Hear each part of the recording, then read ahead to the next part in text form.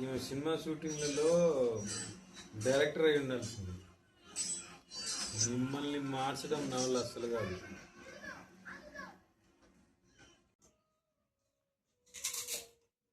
12 అవుతుంది. తీసుకో. Hi hello welcome back to my channel Himaram ideas and blogs. Please subscribe my channel. మీలో ఎవరైనా మన ఛానల్ని ఫస్ట్ టైం చూస్తున్నట్లయితే ఈ వీడియోకి ఫస్ట్ ఒక లైక్ ఇచ్చేసి తర్వాత ఛానల్ని సబ్స్క్రైబ్ చేసుకొని ఈ వీడియో ఎలా అనిపించింది అనేది కూడా కామెంట్ చేయడం అసలు మర్చిపోకూడదు చెప్తున్నా. ఓహో ఇది బాగుందే, మాకు నచ్చితే మేము చేస్తాం కానీ నువ్వు చెప్తే మేము చేస్తామా అని అనుకుంటున్నారా? సరే మీకు ఇష్టమైతేనే చేయండి. స్టార్టింగ్లో మా ఆయన ఒక డైలాగ్ చెప్పారు కదా, మిమ్మల్ని మార్చడం నా వల్ల అస్సలు కాదు అని అనేసి. మేము ఏ వర్క్ చేసినా మా ఆయన రొటీన్ డైలాగ్ అనమాట ఇది. ఎంత విన్నా అస్సలు బోర్ కొట్టదు, ఎందుకంటే మేము మారం కాబట్టి. ఇంతకు ఏం మారాలి అని అనుకుంటున్నారా? మా ఆయన ఫిలాసఫీ అంతా ఒక్కటే అండి. ఏదైనా ఒక వస్తువు తీస్తే మళ్ళీ ఆ వస్తువు తీసిన చోటే పెట్టాలి. కానీ మా ముగ్గురులో అలవాటు చాలా తక్కువ. హస్బెండ్ డ్యూటీకి వెళ్ళి పిల్లలు స్కూల్కి వెళ్ళిన తర్వాత వస్తువులన్నీ ఎక్కడంటే అక్కడ ఉంటాయి కదా, అవన్నీ సర్ది పెట్టేస్తాను.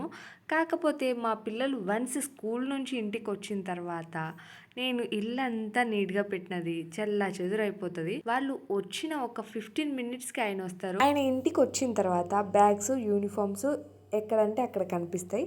అది కొంచెం డిసప్పాయింటింగ్ అనిపిస్తుంది. దానివల్ల ఇంకా ఆ డైలాగ్ వాడేస్తారు. అది కాక వీళ్ళకు ట్రైనింగ్లోనే బాగా రుద్ది మరీ నేర్పుతారు. ఏ వస్తువులు ఎక్కడ పెట్టాలో అక్కడే ఉండాలి అని అనేసి, ఏ పని ఎప్పుడు జరగాలో ఆ టైంలో కంప్లీట్ అయిపోవాలి అని. మనకు అలాంటి ట్రైనింగ్స్ ఏవి లేవు కదా, అందుకే మనం ఇలా ఉన్నాం. సరేలేండి, ఎవరు ఎలా ఉన్నారో అలా ఉండడమే మంచిది. అందుకే మేము స్ట్రెస్ ఎక్కువగా తీసుకోము. అలా అని పూర్తిగా వదిలేసి ఆయన మాటలు వినకుండా ఏమి ఉండంలేండి, జరుగుతూ ఉంటాయి. కాకపోతే సమ్ టైమ్స్ అవి టైం టు టైం జరగవు. ఇదిగో ఈ బట్టల్లాగా. ఇక్కడ వర్షాలు ఒక్కసారి స్టార్ట్ అయ్యాయంటే ఒక 3-4 రోజుల వరకు కంటిన్యూగా పడుతూనే ఉంటాయి. ఇంకా ఆ 3-4 రోజుల బట్టలన్నీ 5వ రోజు ఎండ వస్తుంది కదా, అప్పుడు ఆరుతాయి.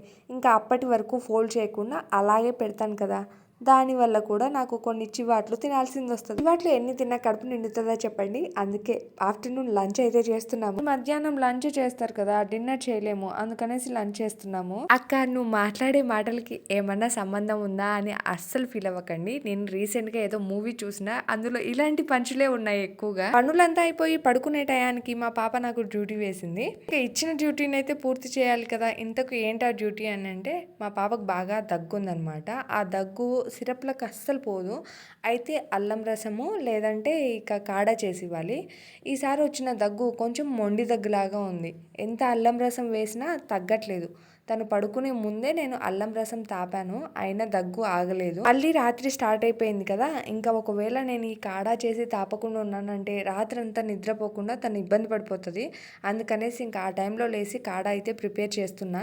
ఈ కాడా ప్రిపరేషన్కి ఒక 10 మినిట్స్ అయితే పడుతుంది, 10 or 15 మినిట్స్ అట్లాగా.